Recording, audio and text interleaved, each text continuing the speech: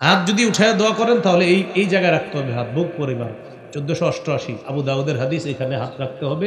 কায়ামনো বাক্যে আল্লাহর কাছে বলতে হবে যেন আপনাকে ভিখারি মনে হয়, উপরে উঠানো যাবে।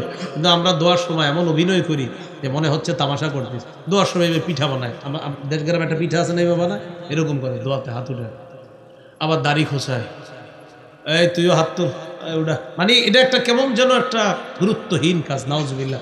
আপনি আল্লাহর কাছে কথা বলবেন এখন, সেইখানে আপনি কি করতেছেন? হাত এমন করতেছেন, দাড়ি খুঁটতেছেন, আপনি চুল খুঁটতেছেন, পাঞ্জাবি ঠিক করে, জামা ঠিক করে, হাত উঠে আবার ফোনে কথা কয়।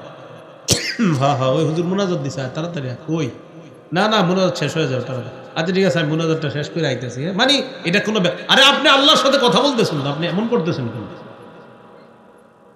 আপনি না আল্লাহর সাথে কথা বলতেছেন তো আপনি এমন করতেছেন কেন? কথাগুলা কি সত্য? দোয়ার সময় দেখবেন মানে একদম কি করে না করে এরকম না করা, কায় মনোবাক্যে আমি ভিখারি, আমি কাঙ্গাল, এরকম করা। দুটি কথা মনে রাখবেন, মাখলুকের কাছে যত চায় মাখলুক রাগ হয়ে যায়, আর খালেকের কাছে না চাইলে খালেক রাগ হয়। মাল্লাম ইয়াসআলিল্লাহ ইয়াগদাব আলাইহি, যে আল্লাহর কাছে চায় না আল্লাহ তার উপর রাগ করে, মানুষের কাছে চাইলে রাগ করে। উনি আমারে 5-6 বার ডাক দেখে আমি চিন্তা করলাম এতবার ডাকেন কেন? আল্লাহ বলে আমারে না ডাকলে আমি রাগ করি, তুই আমারে ডাকস না কেন? তুই আমারে ডাকস না কেন? কিন্তু বিশ্বাস করেন আপনারা, আমারে ডাক দেন না, 5 বার ডাক দিবেন, 6 বারের সময় আমি রাগ হয়ে যাই, এতবার ডাকেন কেন? আল্লাহ কয় তুমি আমারে ডাকো না কেন? আমরা ডাকলে রাগ হই, আল্লাহ না ডাকলে রাগ করি। তো 11 নাম্বার দোয়া করা, বেশি বেশি 2টা দোয়া করা রমজানে। সবাই একবার করে নেই, বলেন আল্লাহুম্মা ইন্নী আসআলুকাল জান্নাহ ওয়া আউযু বিকা মিনান নার। হে আল্লাহ, আমি আপনার কাছে জান্নাত চাই, জাহান্নাম থেকে পানাহ চাই। এই 2টি দোয়া আমরা বেশি বেশি করব ইনশাআল্লাহ। 12 নাম্বার জিকির করা। 4টি জিকির আল্লাহর কাছে সবচেয়ে পছন্দের 4টি বাক্য, এই 4টি বাক্য দিয়ে আমরা জিকির করব। ক্বালা রাসূলুল্লাহ সাল্লাল্লাহু আলাইহি ওয়াসাল্লাম আহাব্বুল কালামি ইলাল্লাহি আরবাউন। নবীজি বলেন আল্লাহর কাছে সবচেয়ে পছন্দের বাক্য হলো 4টি। 1 নাম্বার সুবহানাল্লাহ, আলহামদুলিল্লাহ, লা ইলাহা ইল্লাল্লাহ,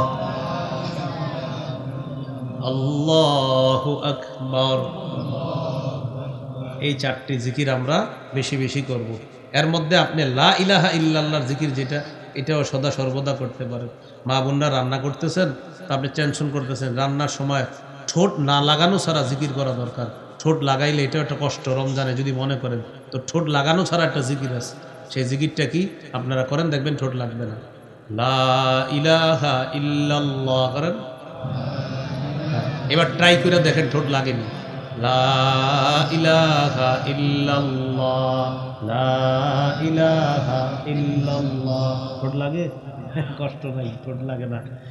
লা ইলাহা ইল্লাল্লাহ ঠোঁট লাগে না। হ্যাঁ, ট্রাই করে দেখবেন, লা ইলাহা ইল্লাল্লাহ ঠোঁট লাগে না।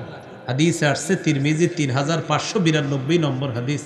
একবার যদি ইখলাসের সাথে কেউ লা ইলাহা ইল্লাল্লাহ পড়ে, ইল্লা ফুতিহাত লাহু আবওয়াবুস সামাই হাত্তা তুফজিয়া ইলাল আরশ, আসমানের সবগুলা দরজা খুলে দেওয়া হয়, তার লা ইলাহা ইল্লাল্লাহ যেন আরশ পর্যন্ত পৌঁছে যায়। তো আপনি মা বোনরা রান্না করতেছে, রান্না করার সময় বলে দেন লা ইলাহা ইল্লাল্লাহ পড়তে থাকো, তুমি রান্না করতেছো বড়। তো আমরা রমজানের এই মাসগুলা ইবাদতের মাধ্যমে, এইভাবে জিকিরের মাধ্যমে কাটানোর চেষ্টা করবো ইনশাআল্লাহ। 13 নাম্বার, সারাদিন রোজা রাখলেন, রাখার পর ইফতার করবেন। 14 নাম্বার ইফতার করাবেন। 13 নাম্বার ইফতার করা, 14 ইফতার করানো। যেখানে ইফতার করানো অনেক ফজিলতের কাজ। অনেক সময় কি হয়, আমরা প্রতিবেশী ধনী থাকলে ইফতার করাইতে চাই না, যে ধনী মানুষ কি খাওয়াবো না, ধনী মানুষকেও আপনি ইফতার পাঠাবেন বা ওনারে দাওয়াত দিবেন আপনার বাসায়। কেন? রোজাদারকে ইফতার করানোর ফজিলত থেকে আপনি বঞ্চিত হবেন না। তাহলে গরিবদেরকেও ইফতার খাওয়াবেন, আর আপনার প্রতিবেশী যদি ধনীও হয় তার জন্য পাঠাবেন, উনিও আপনার জন্য পাঠাবে। এটা হলো মহব্বত, ভালোবাসা, আর ইফতার করানোর ফজিলত কামাই করার জন্য। তাহলে 13 নাম্বার ইফতার করা, 14 নাম্বার ইফতার করানো। 15 নাম্বার ইফতারের সময় দোয়া করা। তিরমিজির 3598 নম্বর হাদিস। হাদিসটি শোনানোর আগে আপনি আপনাদেরকে একটু বলি, কাল কল্পনার জগতে আপনারা নিয়ে আসেন। রমজানে আর কল্পনা লাগবে না, সরাসরি মনে করেন সামনে আলুর চপ, বেগুনি, শরবত, মালটা, আপেল, কমলা সব আছে। এই মুহূর্তে খিদাটা, একটু পরে 5 মিনিট পরে ইফতার, কি মন চায়? খাইতে মন চায় না? কিন্তু খাই না কেন? কার হুকুম নাই? এই দেখেন সব সামনে আছে, ডিলিশিয়াস খাদ্য, লোভনীয় খাদ্য, খাই না কেন? আমার রবের হুকুম আসে না, তাই খাই না। তাহলে রব কতটা খুশি হয়, দেখো আমার বান্দা সব খানা নিয়ে সামনে বসা, ও খায় না, ও আমারে ভয় পায় তাই খায় না। আমি একটু পরে ওরে হুকুম করব, তখন খাবে। তো ওই সময় আল্লাহর সাথে আপনার রব সম্পর্কটা কতটা মজবুত হলে আপনি তখন রবের হুকুম অমান্য করে খান না, সম্পর্ক কতটা মজবুত, ওই টাইমে দোয়া করবেন কবুল। ইফতারের সময় দোয়া কবুল, ইফতারের সময় দোয়া করবেন। তিরমিজি 3598 নম্বর হাদিস। قال رسول الله صلى الله عليه وسلم ثلاثة لا ترد دعوتهم, 3 ব্যক্তি দোয়া ফিরিয়ে দেওয়া হয় না। 1 নাম্বার as-সাইমু হাত্তা ইফতিরা, রোজাদার যখন ইফতারের সময় দোয়া করে তার দোয়া ফিরিয়ে দেওয়া হয় না। 2 নাম্বার আল ইমামুল আদিল, ন্যায়পরায়ণ পুরুষ শাসকের দোয়া ফিরিয়ে দেওয়া হয় না। ন্যায়পরায়ণ পুরুষ শাসক, কি শাসক? কি শাসক? ন্যায়পরায়ণ পুরুষ শাসক। আবার বলেন কি শাসক? ন্যায়পরায়ণ পুরুষ শাসকের দোয়া ফিরিয়ে দেওয়া হয় না। ন্যায়পরায়ণ পুরুষ শাসক। আল্লাহ যেন কিয়ামতের আগে আমাদের বাংলাদেশে কোনো নারী শাসক আর না নেয়। রাসূল সাল্লাল্লাহু আলাইহি সাল্লাম বলেন, লা ইউফলিহা কওমুন ওয়াল্লাহু আমরাহুম ইমরাআতান, ওই জাতি কিছুতেই সফল হবে না যেই জাতি তাদের নেতৃত্বে কোনো নারীকে বসায় না। সূরা মুনাফিকুনের 10-11 নম্বর আয়াতে আল্লাহ বলেন, وأنفقوا مما رزقناكم من قبل أن يأتي أحدكم الموت, তোমাদের কারো কাছে মৃত্যু আসার আগে তোমরা আমার দেয়া রিজিক থেকে দান করো। فيقول رب لولا أخرتني إلى أجل قريب, মৃত্যু এসে গেলে ওই বান্দা বলবে, আল্লাহ আর একটু সুযোগ দাও, দুনিয়াতে আমি যাব। আল্লাহ বলবেন কেন? ওই ব্যক্তি বলবে, ফাআসসাদদাকু, আমি দান সদকা করব, ওয়া আকুম মিনাস সালিহিন, আমি নেক কাজ করব, ভালো মানুষ হয়ে যাব। আল্লাহ জবাব দিয়ে দেয়, ওয়ালা ইউআখিরাল্লাহু নাফসান ইযা জাআ আজালুহা, মৃত্যু এসে গেলে কিছুতেই আল্লাহ কাউকে আর সামান্য সুযোগ দিবে না। নাউযুবিল্লাহ, মৃত্যু আসলে একটু সুযোগ দিবে না। তো মৃত্যুর আগে কি করা? দান করা। এগুলো 8 নাম্বার। 9 নাম্বার নফল ইবাদত বেশি করা। কি ইবাদত বেশি করা? নফল। ইদানিং কিছু উদ্ভট প্রশ্ন আপনাদেরকে কিছু মানুষ শিখাবে বা অলরেডি শিখে ফেলছেন। এই প্রশ্নগুলো কখনো করবেন না। যেমন, হুজুর সুন্নত না বললে কি কোনো গুনাহ হবে? মানে এটা বলে এই নিয়তে, হ্যাঁ আর সুন্নত পড়বে না। কি বলে? সুন্নত না বললে কি কোনো গুনাহ হবে, এটা এই নিয়তে করে, মানে উনি সুন্নত পড়বে না। তো আজকে আমি আপনাদেরকে বলি, মনে করেন এই মাঠের সবাই আমারে প্রশ্ন করছেন, হুজুর সুন্নত না পড়লে কোনো গুনাহ হবে, মনে করেন প্রশ্নটা আমারে করছেন। আমি আপনাদেরকে উত্তর দেওয়ার আগে জিজ্ঞাসা করি, জান্নাত ওয়াজিব হোক এটা চান কারা আর চান না কারা?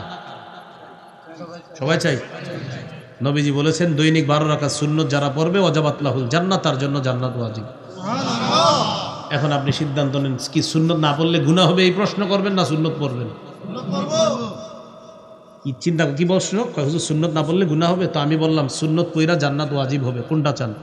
মুসলমান হইলে টেনশনে পড়ে যাবে, তাহলে তো ওয়াজিব হোক এটাই চাই। তো বাস এই প্রশ্ন আর করবেন না, সুন্নত পড়েন 12 রাকাত ডেইলি।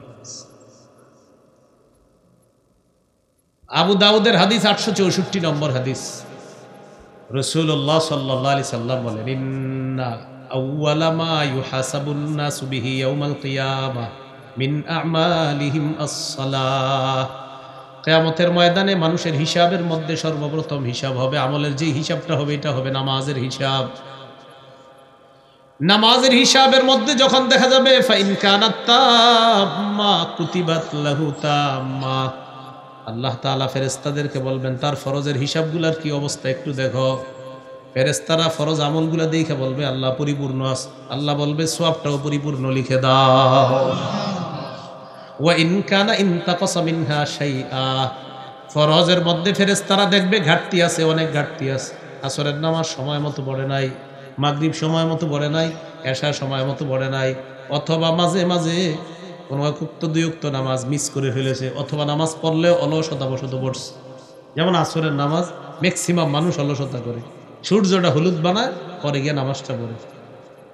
মা বোনরা পাতিলে আপনার রান্না বসায়, রান্না বসানোর পর দেখে ভাত সিদ্ধ হবে কখন, সিদ্ধ হইলে আসর পড়বে, তো সিদ্ধ হইতে হইতে সূর্য হলুদ হয়ে গেছে, ইচ্ছা করে সূর্য হলুদ বানায় যারা আসর পড়ে, তিলকা সলাতুল মুনাফিকিন, তিলকা সলাতুল মুনাফিকিন, তিলকা সলাতুল মুনাফিকিন। নবী বলেন ইচ্ছা করে যারা সূর্য হলুদ বানায় আসর পরে, বলে নাই পরে না, পরে, নবী বলেন এটা মুনাফিকের নামাজ, এটা মুনাফিকের নামাজ, এটা মুনাফিকের নামাজ। এখন করলে এ অবস্থা, যারা পড়েই না। তাহলে মুসলমান ভাইয়েরা আমরা কি শিখলাম? তো ফরজ নামাজে অনেক সময় ঘাটতি হয়ে যায়, তো ফেরেশতাদেরকে আল্লাহ বলবে নফলগুলো একটু খোঁজ করো তো কি অবস্থা। তো ফেরেশতারা বলবে আল্লাহ নফল আছে, ভালোই নফল আছে, পড়ছে, রমজানে কিছু নফল বাড়ায় পড়ছে, রমজান মাস বোনাস দিছিলেন আপনি, নফল অনেক পড়ছে আল্লাহ। তো আল্লাহ বলবেন আতিম্মু ফারিয়দাতাহু মিন তাতাব্বুহি, তার নফলের মাধ্যমে ফরজের ঘাটতি পূরণ করে দেওয়া। তাহলে নফল ইবাদত বাড়িয়ে দেওয়া। 10 নাম্বার নেকির কাজ যত বেশি পারেন করবেন।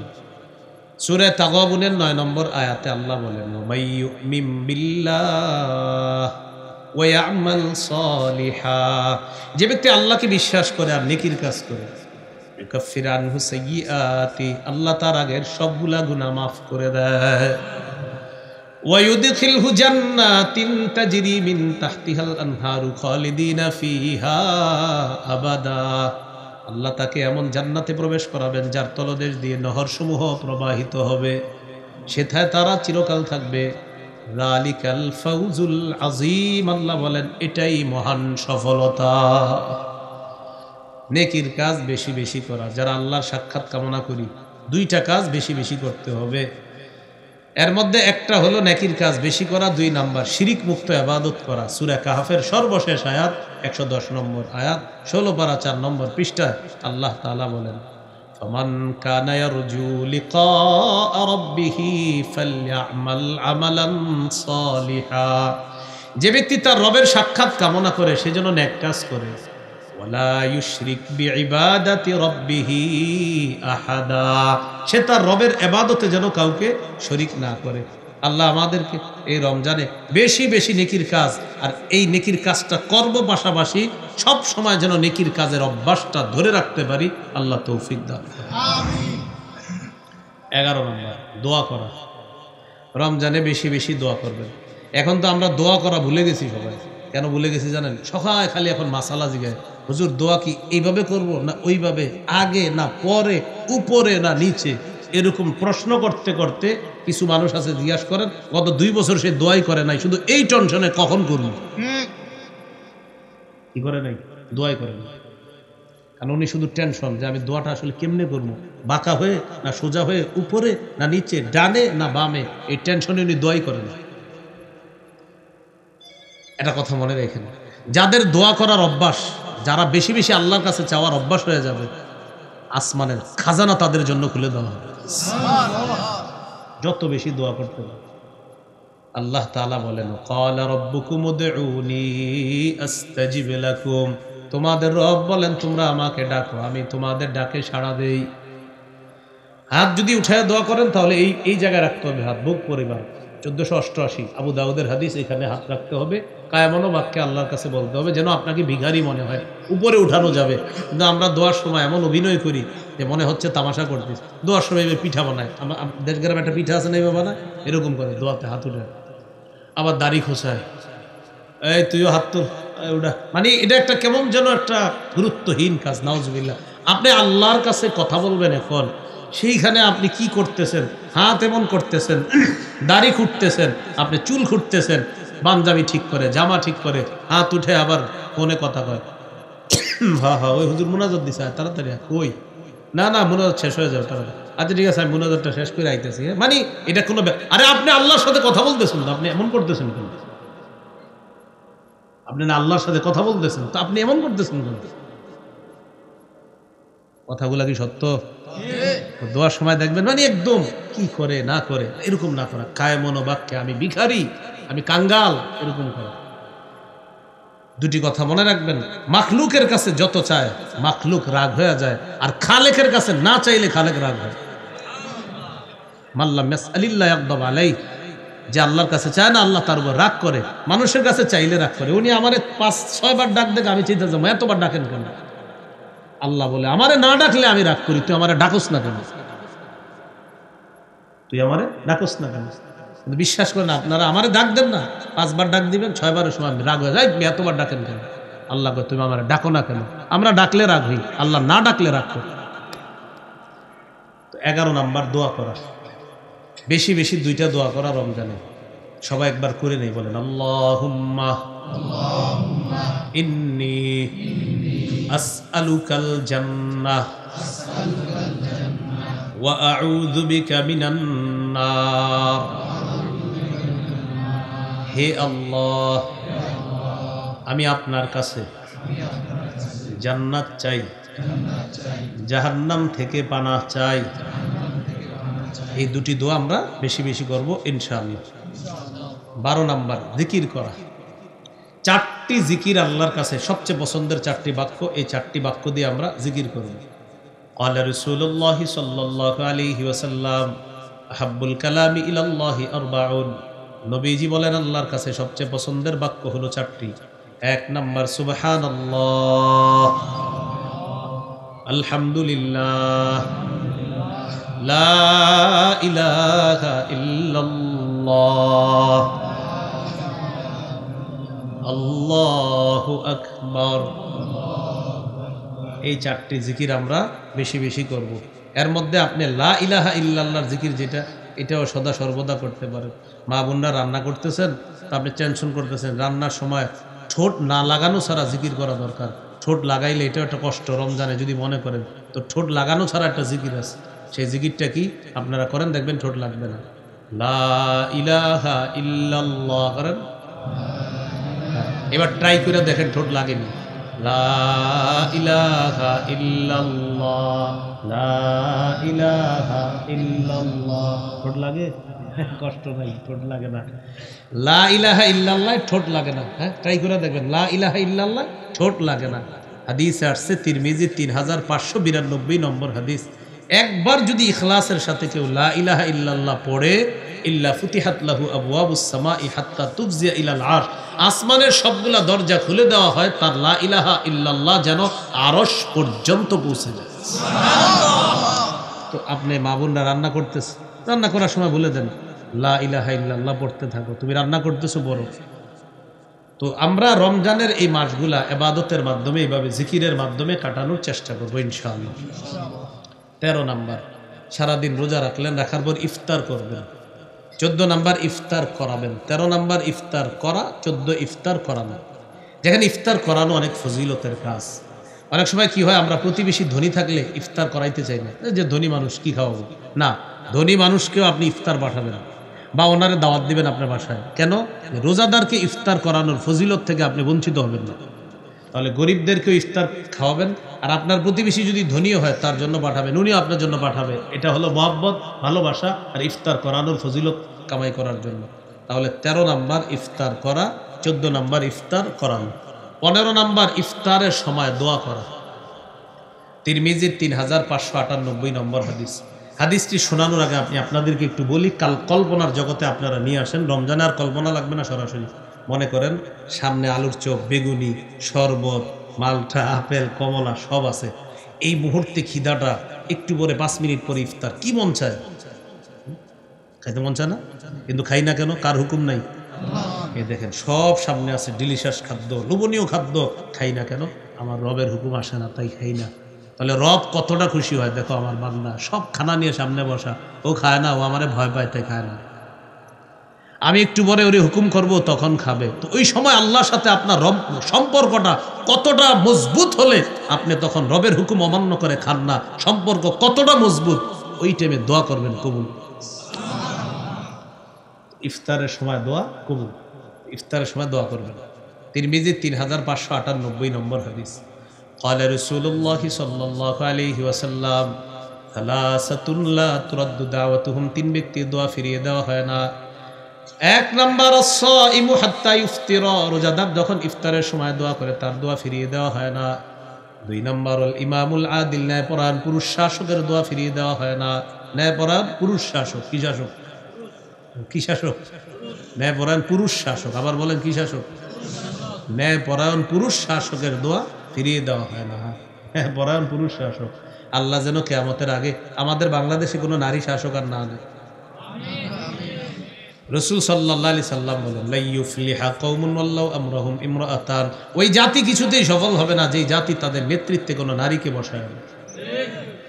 এই জন্য আল্লাহর কাছে দোয়া করো, আল্লাহ আমাদের দেশে একজন ন্যায়পরায়ণ পুরুষ শাসক আপনি দিয়ে দেন। হ্যাঁ, ন্যায়পরায়ণ পুরুষ শাসক। এরপরে যদি কারো মনে হয় না হুজুর আমরা নারী শাসক চাই, আপনি একটা পোস্টার বানাবেন, আগামীতে নারী শাসক দেখতে চাই, হাদিসের ভাষ্য অনুযায়ী সারা জীবন হতবাগা থাকতে চাই, এরকম লিখলাম। যদি বলে নারী শাসক দেখতে চান তো লিখে দিন নিচে আমি হতবাগা থাকতে চাই। এই যে আপনার কেউ কিছু বলবে না, কারণ আপনি নিজেই সিদ্ধান্ত নিয়েছেন আপনি পুরা কবল থাকবেন, হতবাগা থাকবেন। আপনি চান আপনার ভাগ্য যেন পরিবর্তন না হয়, এটা তো আপনি নিজেই চান। তাহলে 1 নাম্বার রোজাদারের দোয়া, 2 নাম্বার ন্যায়পরায়ণ পুরুষ শাসকের দোয়া ফিরিয়ে দেওয়া হয় না, 3 নাম্বার ওয়া দাওয়াতুল মাজলুম, মাজলুমের দোয়া ফিরিয়ে দেওয়া হয় না। 16 নাম্বার রমজানের শেষ দশকে ইতিকাফ করা। বুখারীর বর্ণনা 2033 নম্বর হাদিস, কানা রাসূলুল্লাহ সাল্লাল্লাহু আলাইহি ওয়াসাল্লাম ইয়াতাকিফু ফিল আশরিল আওয়াখির মিন রমাদান, নবীজি রমজানের শেষ দশকে ইতিকাফ করতেন। 17 নাম্বার লাইলাতুল কদর তালাশ করা। লাইলাতুল কদর পাওয়ার সহজ উপায় হলো ইতিকাফ করা, বুঝছেন? সহজ উপায় ইতিকাফ করা। সূরা কদরের 3 নম্বর আয়াতে আল্লাহ বলেন, লাইলাতুল কদরি খায়রুম মিন আলফি শাহ, কদরের রাত 1000 মাসের চেয়ে উত্তম। মাইয়াকুম লাইলাতুল কদরি ঈমানাও ওয়া ইহতিসাবা, কোন ব্যক্তি যদি ঈমানের সাথে সওয়াবের আশায় লাইলাতুল কদরে জাগ্রত হয়, গফির লাহু মা তাকদ্দামা মিন যামবি, তার আগের গুনাহগুলো মাফ করে দেওয়া হয়। এইজন্য 21, 23, 25, 27, 29 এই 5 রাত্রি বেজর রাত্রিতে জাগ্রত হয়ে ইবাদত করবেন। চেষ্টা করবেন রমজানের শেষ দশক পুরোটা ইবাদত করবেন রাতের বেলা। যদি প্রতিদিন না পারেন অন্তত বেজর রাত্রিগুলা যেন আমাদের মিস না হয়। 21, 23, 25, 27, 29 ঘরের নারী সদস্য যারা আছে তারাও যদি ঘুমিয়ে যায়, নবীজি এই শেষের দিকে ঘরের নারী সদস্যদেরকে উঠায় দিতেন, ওঠো ওঠো ওঠো ইবাদত বন্দি করো। কথায় মনে এসে গেছে একটা কথা, মা বোনদেরকেও রমজান একটু ইবাদতের সুযোগ দিন। আপনারা এমন ইফতারি লিস্ট ধরায়া দেন যে ওনার 2টা থেকে শুরু করতে হয় কাজ। আবার এমন সাহারির লিস্ট ধরায়া দেন যে বাস উনি সাহারির সময় ইবাদতের সুযোগ পায় না আর ইফতারের সময় একটু ইবাদতের সুযোগ পায় না। কারণ আপনি এতগুলো খাইতে হবে কেন বলেন তো? ঠিক আছে, 1 দিন 2 দিন খান ভালো, অনেক ডাটে খান, সব প্রতিদিন খেতে হবে কেন এরকম? তাহলে মা বোনদেরকে একটু ইবাদতের সুযোগ করে দেওয়া রমজান মাসে। প্রয়োজনে পুরুষ যারা আছে আপনি একটু সহযোগিতা করেন, হেল্প করেন কাজে, আপনি একটু সহযোগিতা করেন। আম্মাজান আয়েশা সিদ্দিকা রাদিয়াল্লাহু তাআলা আনহাকে জিজ্ঞাসা করছে, আম্মাজান নবীজি ঘরে সারাক্ষণ কি করে? সাহাবীরা মনে করছে সারাক্ষণ নবীজি নামাজ পড়ে জিকির করে, এরকম মনে করছে। আম্মাজান বললেন, নবীজি সারাক্ষণ ঘরে ফি মিহনাতি আহলিহি, পরিবারের কষ্টকর যে কাজগুলা ওই কাজগুলাতে নবীও শরীক থাকে, নবীজি শরীক থাকে।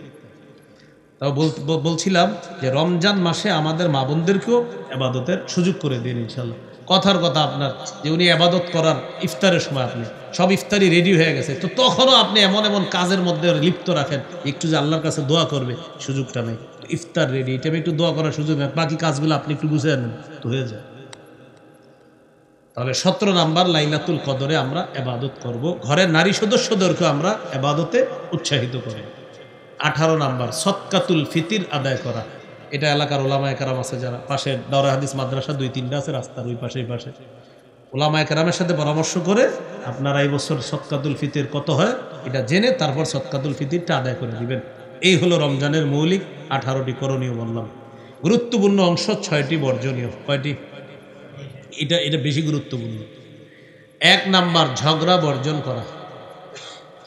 সহিহ বুখারীর 1904 নম্বর হাদিস, রাসূল সাল্লাল্লাহু আলাইহি সাল্লাম বলেন, ইজা কানা ইয়াউমু সাওমি আহাদিকুম ফালা ইয়ারফুস ওয়ালা ইয়াসখাব, তোমাদের কেউ যখন রোজা অবস্থায় থাকবা সে যেন অশ্লীল কথা না বলে, সে যেন বাদানুবাদ না করে। ফাইন সাব্বাহু আহাদুন আও কাতালা, কেউ যদি রোজাদারের সাথে ঝগড়া করে লড়াই করে তখন ওই ব্যক্তি বলবে ইন্নী সাইম, আমি রোজাদার। বুখারী অন্য বর্ণনায় আসছে 2 বার বলবে আমি রোজাদার।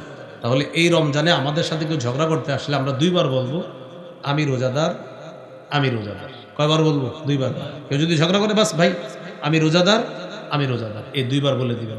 তাহলে 1 নাম্বার ঝগড়া পরিহার করা, 2 নাম্বার অনর্থক কথা পরিহার করা। অনর্থক কথা কাকে বলে? একটু তাকান আমার দিকে, অনর্থক কথা কাকে বলে? এটা কি বলেন?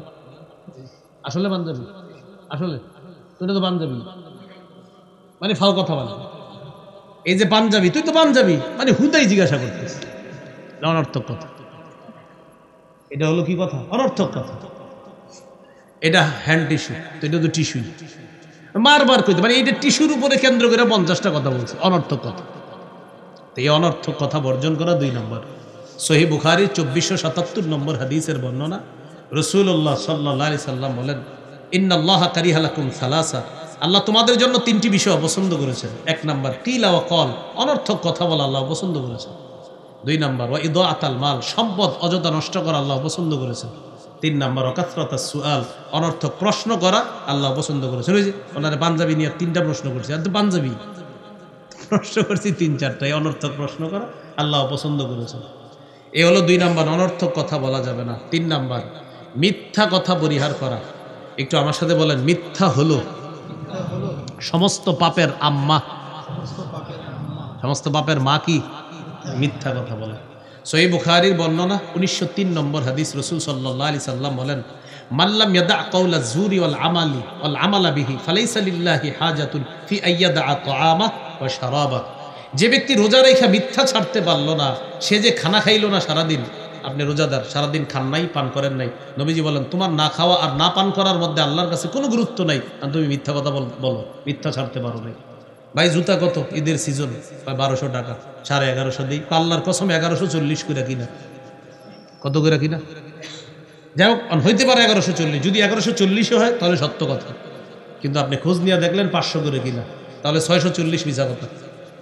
বাকি 640 কি হলো? মিথ্যা কথা। বুখারীর বর্ণনা আসছে, কিয়ামতের ময়দানে 5 জন দাগী আসামির একজন হবে যে মিথ্যা শপথ করে পণ্য বিক্রি করে। মিথ্যা শপথ করে যে পণ্য বিক্রি করে, মিথ্যা কথা বলে, 5 জন দাগী আসামির একজন হবে এই মিথ্যা কথা যে বলে।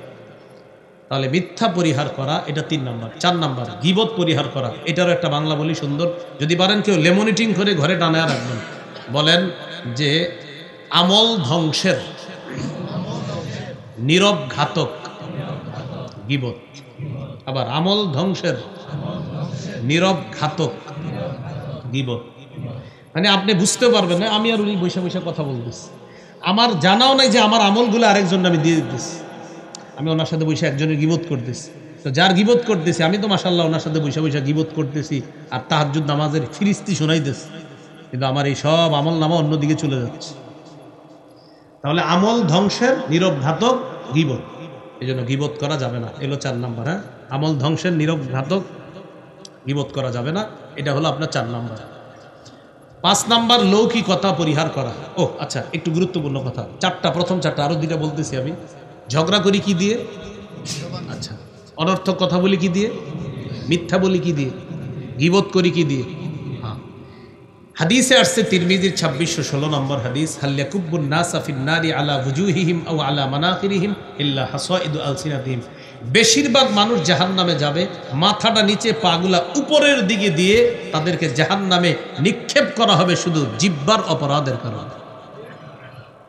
তাহলে আজকে গুরুত্বপূর্ণ কথা শিখলাম, মিথ্যা বলি জিহ্বা দিয়ে, অনর্থক কথা বলি জিহ্বা দিয়ে, ঝগড়া করি জিহ্বা দিয়ে, গীবত করি জিহ্বা দিয়ে, আর জিহ্বা বেশিরভাগ মানুষকে জাহান্নামে নিবে। তাই আমরা আজকে থেকে প্র্যাকটিস করব যে আমরা জিহ্বা নিয়ন্ত্রণ করব।